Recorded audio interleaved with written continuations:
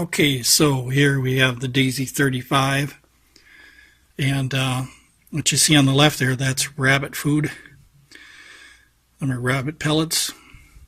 They're very close to 177, plus or minus a few, when you put them on a caliper. So I took 10 shots out of the Daisy 35, used 10 pumps at 3 yards, and cronied a few, and they were well over 800 feet per second. I was getting 9 and even 1,000 with the Daisy 880, but that's more powerful than this one here.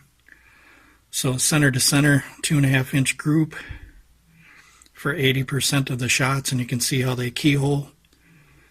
But the amazing thing about these is they're nothing to laugh at as far as power and stuff. They still have a little bit of power in them. These are basically frangible, pretty much the first frangible pellet that I've ever used. I used to shoot rabbit food all the time when I was younger, back in the 80s, when I ran out of pellets and BBs for my Daisy 880. You'll probably see this in a video, but I'm going to show you the soup can and the pop can here. On the soup can, you'll see right there where it really put a massive dent in the soup can right here.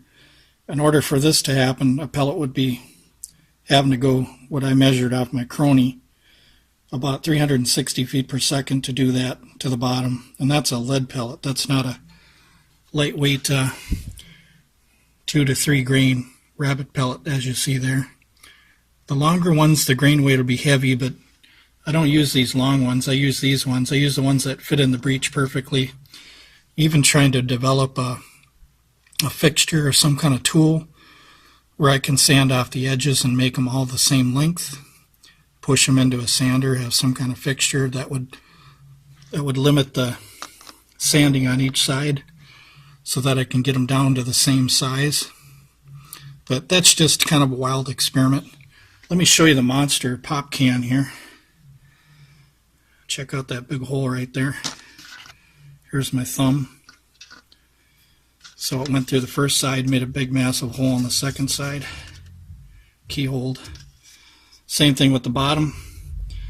Went through one side but didn't come out the other, but it fragmented inside there.